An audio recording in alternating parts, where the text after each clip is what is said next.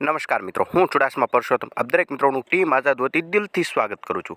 મિત્રો, ગુજરાત પોલીસ વિભાગની અંદર કુલ 12,472 જેટલી જગ્યાઓ ઉપર નવી ભરતી આવશે. ભરતીની વાત કરીએ તો ઓફિશિયલ નોટિફિકેશન છે તે લગભગ બુધવાર પહેલાં આવી જશે, તે ફાઇનલ છે.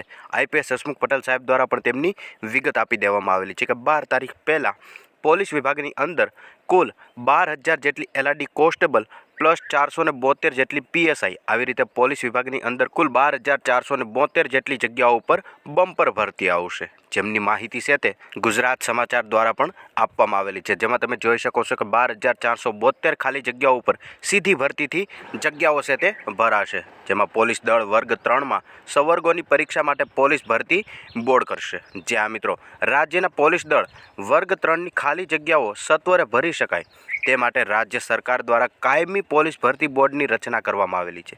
ભરતી બોર્ડની વાત કરીએ તો મિત્રો ભરતી બોર્ડની રચના છે તે કાયમી અંગે થઈ ગયેલી છે અને આ બોર્ડના અધ્યક્ષ તરીકે અધિક પોલીસ મહાનિર્દેશક કક્ષાના આઈપીએસ અધિકારીઓ સાથે અન્ય 4 સભ્યો પણ રહેશે. આવી રીતે ભરતી બોર્ડની રચના કરવામાં આવેલી છે. તદુપરાંત આગળ વાત કરીએ તો આ બોર્ડ દ્વારા બિન હથિયારી સબ ઇન્સ્પેક્ટરની 472 જેટલી જગ્યાઓ હશે, જ્યારે બિન હથિયારી કોન્સ્ટેબલ 6,600 જગ્યાઓ, હથિયારી પોલીસ કોન્સ્ટેબલ 3,302 જગ્યાઓ, તદુપરાંત એસઆરપીએફની અંદર 1,000 જગ્યાઓ, જેલ સિપાઈ 1,013 જગ્યાઓ અને મહિલા જેલ સિપાઈની અંદર 85 જગ્યાઓ, આવી રીતે કુલ મળીને 12,472 જેટલી જગ્યાઓ પર સીધી ભરતી કરવામાં આવશે.